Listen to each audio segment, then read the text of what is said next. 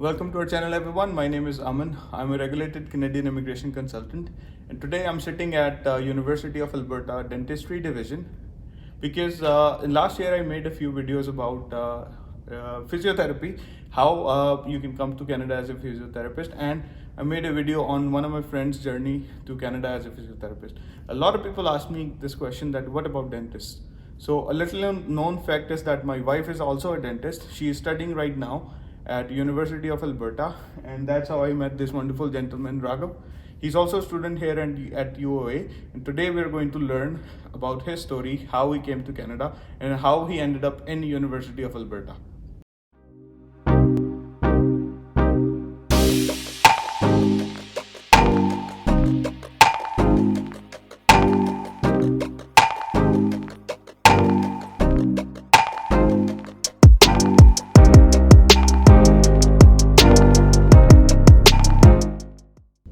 All right, so thank you for accepting this invitation, Raghav. It was my interview. pleasure. Thanks for having me. Perfect. So to start with, let's understand how Raghav get into dentistry. What's his education background from India? So, right after graduating high school in India in 2008, I went into dentistry. That is when I actually wanted to get into medical, but with the quota systems and everything in India, I could not get into medical and ended up becoming a dentist at that time, and which I think was a blessing in disguise at that time because that enabled me to come here. Yeah, and which college or university did you go to for dentistry in India? So, I did it from ITS Muradnagar. It's in Ghaziabad, yes. And how was your experience there? Oh, it was a very good experience. Very different from what I'm experiencing here, Yeah. but still it was a very nice, informative experience that I gained there. Perfect. So do you think that college actually gave you the know-how to get into the Canadian dentistry industry? It actually gave me the know-how to get into general dentistry. Okay. Now, once I got into general dentistry, it was my curiosity. It was looking at other people, how they work, getting to see some different things as to, okay, the college taught us this, but then this can also be improved upon in this manner in private practice. So you pick up from experiences from all different places. So after you completed was that like a BDS or an MDS? No, that was BDS. I never did MDS. So you never did MDS. No. So after you did BDS, did you actually practice in Yes. India? So I worked for about 15 months in India Okay. before I decided to move to Canada. So that was not obviously a long time. What made you make this choice to move? Was because I know even in India a lot of dentists they're making some good money, and if you open up your own clinic, Yes. you can actually have a very good life. Yes, but then you really have to work super hard to get to that level in India. I don't know whether you are aware of this statistic or not, but there's more than 25,000 dentists that graduate in India every year. Well, Now, I can vouch for that. It's kind of the same situation with the engineers. And where I lived in India, Ludhiana, there is a dentist college which opened right next to our Yes. home, and was probably like within like 2 or 3 years it was a full-fledged college, and Oh. people were going there. just because of so many people, the huge volume that graduates every year, there's not that much volume that retires every year. So there's Absolutely. just an add-on of the same skills. And it's also a family situation as Yes. well. So once you are a dentist, you very Yes. likely your children are Yes. going. Now to be nobody in dentists. my family is a dentist. I was the first one, so You- I had you to all establish know. myself. Very Now that would good. have been hard being in India, so I decided Yeah. to come abroad. So when you came here, what did you know about immigration to Canada as a dentist? So I immigrated to Canada in 2015 as a student. Okay. I went to a consultancy in New Delhi, of course, and then they guided me through the procedure, and they got me admitted into dental assisting program in Confederation College in Thunder Bay. In Thunder Bay, okay. Yeah, go for it. So I want to emphasize on this point a little bit because a lot of people who do dentistry programs in India, after bachelor's in dentistry, there are not a lot of options for you to come to Canada as a dentist. Yes. So there are only a few options. I believe one of them is getting into hygienist Yes. or becoming a dental assistant. Yes. But for immigration purposes, becoming a dental assistant or hygienist might not get you the visa. So it's a very difficult process to get a visa. Yes, so that was like I was just guided right, Yeah. I think, by my immigration consultant at that time, and it just happened to work for me Yeah, that good. I never Perfect. got any issues with the visa. Yeah, And then yeah. once I got in here, then I was lucky to get a job in the same field, get some Canadian clinical experience. Perfect. Then I got back into dentistry, like doing my exams, and eventually it made me come here. Perfect. I'm here You now. ended up at the right place. Yes. So about your college in Thunder Bay, Yes, right? that was Thunder What Bay. was your experience there? Very good. Very Very good. different, but very good. What was the name of the college? Confederation again? College. Confederation College. A lot of people probably have not heard of that college. If because in the major in a college remote scene, area, yeah, exactly. it's In the a- major college scene, you will hear about Humber, Centennial, Yes. Seneca, Yes. George Brown, Mohawk. But if you go farther away from the Yes. cities, college like Algonquin and Yes. I keep forgetting the name of the college. Confederation Confederation College. So those colleges, a lot of people obviously don't know about them. Yes. But if you get admission into colleges like that, you do get quality education. Oh yes, it's actually, again, this thing worked out in my favor. I wasn't intending it to work out in this way, but then it just happened for me Yeah. that I got into Thunder Bay, which is a small city. Now coming into a small city, right after living in New Delhi for 25 years, it was a big It was change. a big cultural change. But it helped me acclimatize to Canadian conditions much better. Definitely. It sensitized me to the cultural because appropriation. you probably and- wouldn't have a lot of Indian people out there. Exactly. It's majority Canadians, right? At that time, no, not a lot of Yeah. Indian people there. So yeah, now I think there's quite a big Indian population in Thunder Bay. Yeah, it's growing pretty much. It is everywhere. growing, yeah. So in Thunder Bay, was your course a 1 year or a 2 year program? So I did two separate programs. I did 1 year for dental assisting, Mm-hmm. and then I did one more year, which is a postgraduate diploma in leadership for healthcare professionals. Okay, now that's another important point because if you do a 1 year program, you Yes. only get 1 year Yes. work permit. If you do a 2 year program, Yes. you get a 3 year work permit. That is why I did two separate 1 year programs. So when you applied for your study visa, Yes. did you only get admission in a 1 year program, or was that both the programs together No. you applied for? Because many colleges they bundle those programs Yes. together, right? So in my case, it was a bundled program. They, I Perfect. think, called it dental care and administration at that time. That was So a new it, program. it that they make started. more sense, I guess, that way that if you get a bundled program, you Yes. get a 2 year work Yes. education. Perfect. Yeah, 2 years of study permit, and which enabled me to get 3 years worth of work permit. Yeah. Eventually, I did not need that. I became a PR pretty soon after Pretty that. soon, yeah. But So to apply for your permanent residency, I believe it happened through the Canadian Experience class, right? no, it happened to me from FSW class. Federal Skilled Worker Yes. class. Okay, perfect. Oh, because you already had experience. I had 15 from months home. of experience from India. Perfect, perfect. See, and also another point is at that point, at time, the points were low. Yes, at that point, the CRS cutoff was, I think, somewhere around 430, 440. Yeah, and and it's- I had it's- like a CRS cutoff of 450 at that Then you time. got the points. Enabled me. So see, every situation, every person's situation is going to be different, Yes. right? Some people might be able to apply right away with Yes. the FSW program. Yes. Somebody has to maybe work for a year to get into A lot the of my Canadian friends did experience that. class. Yeah. A lot of my friends who did not have international work experience, they ended up going through the CEC. They ended up working for the requisite number of hours, and then once they did that, then their CRS score shot up over 500. Over 500 and they get the They PRs, got the right? PR, no issues. And yeah. if I'm not wrong, there was another person who was in the same school from your college, right? Yes. So yeah. so there's not just one success story like that. There are multiple, No, there's- and there are many people who are in. How many Indian students we have in the DDS class this year? In the advanced placement program with me, there are me plus 16 other Indian students. So about total 6 17. Total 17 Out of students. 20. Out of 20 are Indian. Yes. So you can see that how dentistry students from India can actually come into the universities here and complete their DDS programs. Another question now. So now that you have gone through this program, you came here as a student, you got your PR, Mhm. you completed your requirements to get into Yes. the university. Yes. I know it's a tough one because it's happening. It happened right at my home. I know what it takes. Do you suggest the same route to the students? I actually do. It is very fruitful. It is very rewarding if you can become a dentist here in Canada. Yeah. So what do you suggest to people who want everything like this? I don't think anybody can get anything like this. You have to work hard. You have to slog through. It takes years of hard work. Yeah, but the reason I pointed it out, I want everybody to listen to this.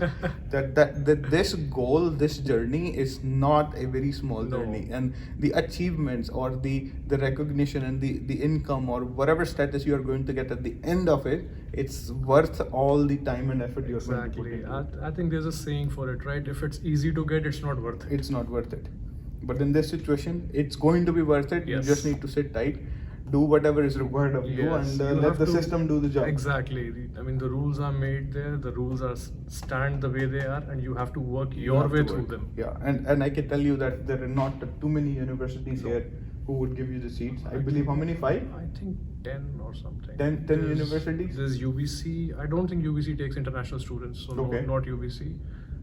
University of Alberta. There's I think 2 or 3 students that get admission into University of Saskatchewan. Yeah. Then there's So only 3, right? only 2 or 3. Wow. Yeah. I think this year they just took 2. They didn't even take 3. Last year they took Yeah. 3. University of Manitoba, again a very limited number. Then there's University of Toronto, Halifax. I think 3 students there as Yeah. well. Dalhousie. Yeah, Dalhousie and Halifax is the same. Oh, they're the same. That's I the went same. there. Yeah, I remember Yeah. that. And I think there's University of Western Ontario, but then Mhm. they have a different selection process altogether. And You I have to think go we're through. missing London. That is Western Ontario. Western Ontario. London is Western Ontario. Perfect. What we are missing here is University of Montreal and McGill.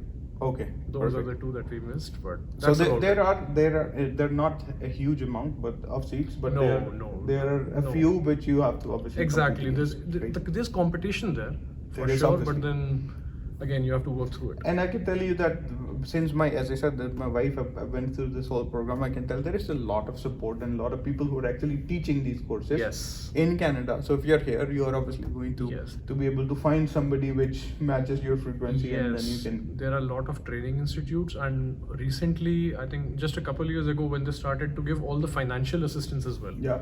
Now that CIBC and RBC, they all have their own Yeah. plans where if you have these many qualifications from abroad, We'll speak about a little bit of that as Oh, well, yes. because this is a whole expensive program. very expensive, but then Yeah. rewarding at the end. So I know that there are 2 ways to become dentists in Canada. Yes. One of them is to get admission into the university, Yes. and every university take their own exams. Exactly. The other one is the equivalency exam. Yes. Did you try that as well? I did in 2019 itself. That is when I started my preparation to get into dentistry. I cleared my AFK as well as my SEJ in 2019, but then I registered for ACS, which is the skills exam, third in skills exam. June 2020. Okay. Now, before I could give that exam, of course, the whole world changed. There's a pandemic that came, that we are still in the And middle of it. I know because of my wife and there are friends there are certain people who tried to do that exam 2 or 3 times and never happened. Yes, but then in my case, I never even got to do the exam even Yeah, once. It's crazy. It just got cancelled for me in June. Then they said reschedule to December. It got cancelled again. Yeah. By that time, I was so dejected that I applied for university. Luckily, I had a good enough score, and I had. But whatever again, practice you had. Exactly. So all my experiences, they helped me get into here and clear the interviews. Yeah. So you tried for both. I And tried for that's- that first, and then because of COVID, it never happened, so I ended up coming here. And is that something you would suggest to everybody else as well? Because Now that try I- doing that in parallel, right?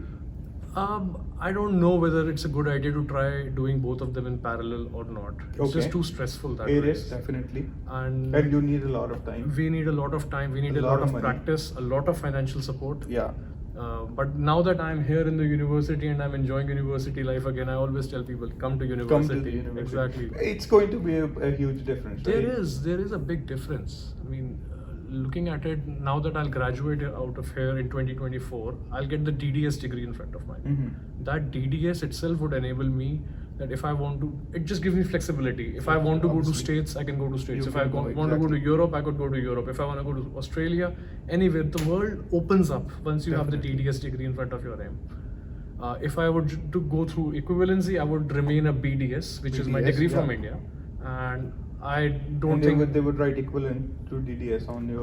no, they don't write anything like that. They don't. They Okay. just give you a certificate that now you're a qualified dentist, and you can be licensed with any of the state authorities, and you can start working as a dentist. If I'm not wrong, if you have that equivalency, Yes. you cannot go work with the government or in military or something like that. Yes, you cannot do that. Right. So for that you need a DDS. Yes.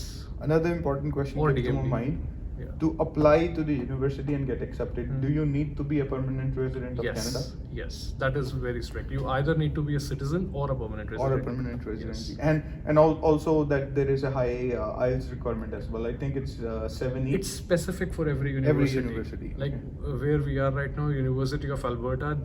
I think, if I remember the requirements correctly, they wanted 6.5 in reading, writing, and listening. But then they wanted 7.5 in speaking. And speaking. I know a lot of my friends who had to redo the IELTS IELTS just because again of the and again. speaking module, that they ended up getting 7 in speaking, but they were getting really good scores in the other ones. So it's not just education. You have to be all rounded. It has to be an all-round so, effort. Perfect. So we spoke about that. How hard is it to clear the exam of University of Alberta? Honestly, if you're sincere and you're working your way through it, it's not hard. It's not hard. It's perfect. You can just you So can get so into I can it. tell you that I met so many people who say it's hard. It's hard. You are saying that it's Your not. wife You're is in proud. there. I am in here. There is 15 other people Yeah, from India who yeah, are in there. Exactly. So if exactly. we could make it, So, anybody can. No. I always say that hard is only when you are not doing it right. You could say Right? it that way. So yes. if you're following the process, Yes. if you're meeting the right people, getting Yes. the right guidance, Yes. and with the right amount of effort and Yes. time, you can clearly do it. That is true. You can clearly do it. Exactly. But don't rush it. I guess it. Like if No. if you have if there is an exam coming this year, you're not ready. Don't do it. Exactly. Postpone it for next year, and Exactly. by that time, just put in Put right in more amount of effort. Put in more effort. Work Exactly. towards your goal. You have to really work gradually towards it. You cannot think that Yeah. I'll jump 2 steps and I'll get Definitely. it done. For your equivalency exam, I know there are limits. Yes. That's the number of times you can do Yes. the examination. Yes. Is there a similar limit for the universities? For universities, it is again every university has its own admission criteria. Mhm. So for like University of Alberta, I don't think they have a expiry date for the AFK score that you have. Yeah. I know people who gave their AFK in 2016 and are in the class with me right now. So AFK is the first exam you have yes. to do anyway. Exactly. Either way. Exactly. Right? And then based on your AFK scores, you apply to the Exactly. universities. If they accept you, Yes. then you do an exam. I think University of Alberta's exam goes on for like 5 days, right? It was 3 for me. Yes. 3 for you. days. I think last year it was 5 because I remember my wife came here and stayed here for 5 days. This year it she must happened. have given the bench just last year Yes. because till last year it was a 2-year program. No. But this Oh, year onwards, they this- have changed it to 3 years. This is program. another interesting thing. Like, is there any university right now who is doing a 2-year DDS Saskatchewan program? and Manitoba. So And that's why a Toronto lot of as people well. are going to be pushing to go there. right? Yes, but then they don't take as many people. Exactly. So even if last year my wife applied and she was in the waiting list, Yes. nobody left the seat because Yes. it was 2 years. It was a 2-year program till last This year she got accepted. Yes. Now we got a 3-year Yes. program. Now the most important part. Yeah. How much does it cost? Okay, it costs more than an arm and a leg. It costs a lot. I think I already paid close to 40 grand for my first semester. First semester. First semester, yeah. And there are 6 semesters 6 that I have to semesters. pay for. So $80,000. Approximately, I would That's say just the tuition fees. Just the tuition and equipment. Living They are expenses and separate. everything else is Living separate. expenses are separate. Whatever you do at your own time, that's separate. Oh my god. You Well, get financial support. You w- get That's the important thing is that if you're a permanent resident here and Canadian citizen and then you get accepted here, then you can actually go to a bank yes. and apply for a line of credit You get a good line of credit. at a very good interest rate Very good interest rate, and also you get the education loans from the government. from the government. If you're in Ontario, OSAP, Yes, and then Alberta, exactly. has their Whatever own- province you are in. Whatever, if they're not going to give you all $100,000, No. they might give you like some amount of money, Exactly. which again is going to help. The best you. part is that money is interest free till you graduate. Till so you graduate. whatever you get, you'll be fine. So, with that. so the line of credit, you will get interest as Yes. soon as you start using Exactly. it, and then that again, you have to start paying it back after I think 6 months after your graduation. Not really. I don't think there's a time limit like that Okay. when you have to pay for. It's an interest only payment. So as long as you have the money withdrawn from that line of credit account, you are still paying interest on it. So Yeah. it's in your own benefit that if you pay it off as soon as possible. But again, people keep it just because it's such low interest rate. Yeah.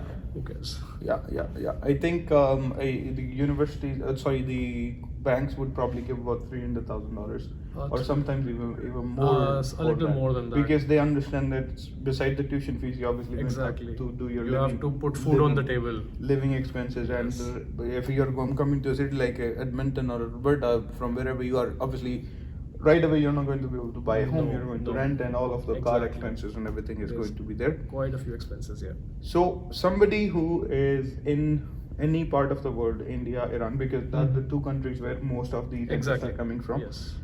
From those countries, somebody is about to graduate. What do you suggest them? Wait and work in India and then apply after some time, or do MDS then apply, or apply right away?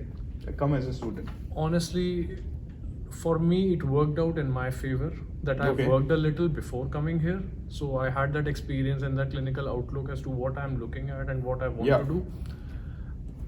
At that time, it again helped me get my PR and everything. But now, because of the scores, and I don't think FSW has even opened up in the past few No, months. no, it's not just few months. It's been 1.5 years. So No federal skilled. So I don't know how good that advice would be if you want to just stay back in your Yeah. home and do Students are the most top priority. right now Exactly. So because if you of can the come right financial- away, Yeah. I would say just come right away and then work your way here. Yeah. Don't have the bad habits that you have to unlearn in dentistry before you get to learn the Exactly. way that they teach you. So another thing which I suggest that tell is that like every person has their own journey, right? Yes. You came here Yes. right after. My wife had a 7-year work experience, Yes. but she came on a spousal sponsorship. Yes. If she were to come here after 7 years of experience as a Yes. student, would have been much difficult because of a long gap. And the immigration officers are going to give a hard time Yes. approving the visa and everything. You- So don't wait. I would suggest like if that's something you want to plan it right when you're doing your Yes. BDS. Have your in goals set out and then Exactly. work towards those goals. It plan takes for long. plan for next 5 years, Exactly. right? Because Exactly. it's the most common thing people will tell, Yes. and it works if you Exactly. plan it right. You do your graduation from India, and maybe it probably will take at least 6 months to get your documentation ready, Yes. your vest and whatever not. Longer than 6 Longer months. than that, then you Takes gotta quite a long time. Yeah, Police getting- clearance and everything. Oh yes, getting all those universities to get the transcripts and Another thing which I noticed that the majority of the medical colleges Mhm. they only have one intake a year for the Yes, courses. It's yes. only September. Like almost always. So yes. so again, if you don't know it, and all of a sudden in January you decide that you want to come, you have to wait till September. But if you do it in September, you have to wait till the next year of Yes. September. So keep that in mind because even the admissions here, University of Alberta or the colleges here in Alberta who are medical centric, Mhm. be it be physiotherapy, dentistry, or any other medical stream, they all start in September. Uh, There are only a few which starts in January. Majority start in September. Yeah, they have a very specific application window as well. That's Yeah. the only time you can file the application. Exactly. Like I know one of my friends was trying to apply to UFA for next year, and he couldn't just because 31st October was the last date. The and last then date, yeah. He didn't have his IELTS score by that time, so he Imagine the missed number for- of applicants every year. Oh yes, that are there's applying. quite a big Yeah. number. Yeah. Because I know that all those training institutes mostly in GTA, Brampton Yes. area, Toronto Yes. area, they're all full and they do their classes online in Yes, all the cities. So exactly. every batch would have about like 400-500 students easily. I would imagine so. Yeah. Yes. So a lot of competition though. So do you have some tips you want to share? Just be goal oriented. Have a goal. I know sometimes the goal it looks further away than it actually is, but you have to keep on working towards it. Just persevere and you will get there one day. Perfect. So what I'm going to let's close this video now, and I'm going to tell everyone that if you have any specific questions, leave it in the comment section down below. We'll try to answer them for you. But overall, you should at least get an idea of how somebody who's graduating from a country outside Canada and they want to come here and become a dentist here. It's obviously not an easy goal, but it's definitely achievable. Every year there are hundreds of Indian students Yes. or Iranian students. Again, as I said, that those are the two main countries I've seen that where the dentists are coming from. They come here and they complete the process of either equivalency or going to the university, whichever they can afford and whichever they get accepted to. If you like the contents of this video, please hit the like button, subscribe to the channel, and share it with your friends. I know that this is information a lot of people is definitely looking for because of the emails and chat messages I've been getting. And every week we are going to try to find some similar topics where we can make the immigration process more transparent for you and make it more easier for you. And if you are a dentist who want to come to Canada, reach out to our team. We will do a complete assessment for you and we'll figure out a way which is going to suit you better, be it be coming here as a student, or if there is a possibility of a provincial nomination or a federal skilled worker, direct PR. We'll be more than happy to help you out. Thank you very much for watching and stay safe, please.